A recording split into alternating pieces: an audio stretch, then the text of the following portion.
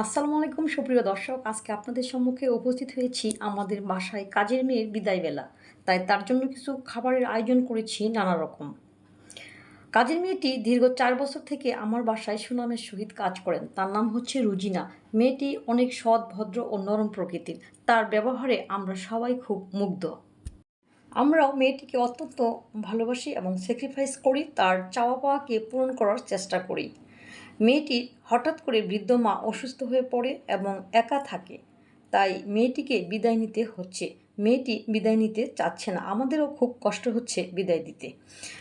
চিন্তা করে দেখলাম বৃদ্ধ মা একা থাকতে পারবে না, তাই মেয়েটিকে বিদায় দিতে হবে।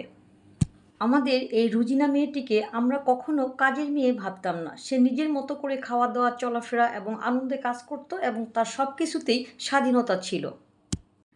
মেয়েটাকে আমরা আমাদের পরিবারের একজন সদস্য মনে করি। আমি প্রায় সময় ঘরে টাকা ও গহনা হারিয়ে ফেলি, মেয়েটা বারবার পেয়ে আমাকে ফেরত দিয়ে দেন। তাই মেয়েটিকে অনেক ভালোবাসি আমরা।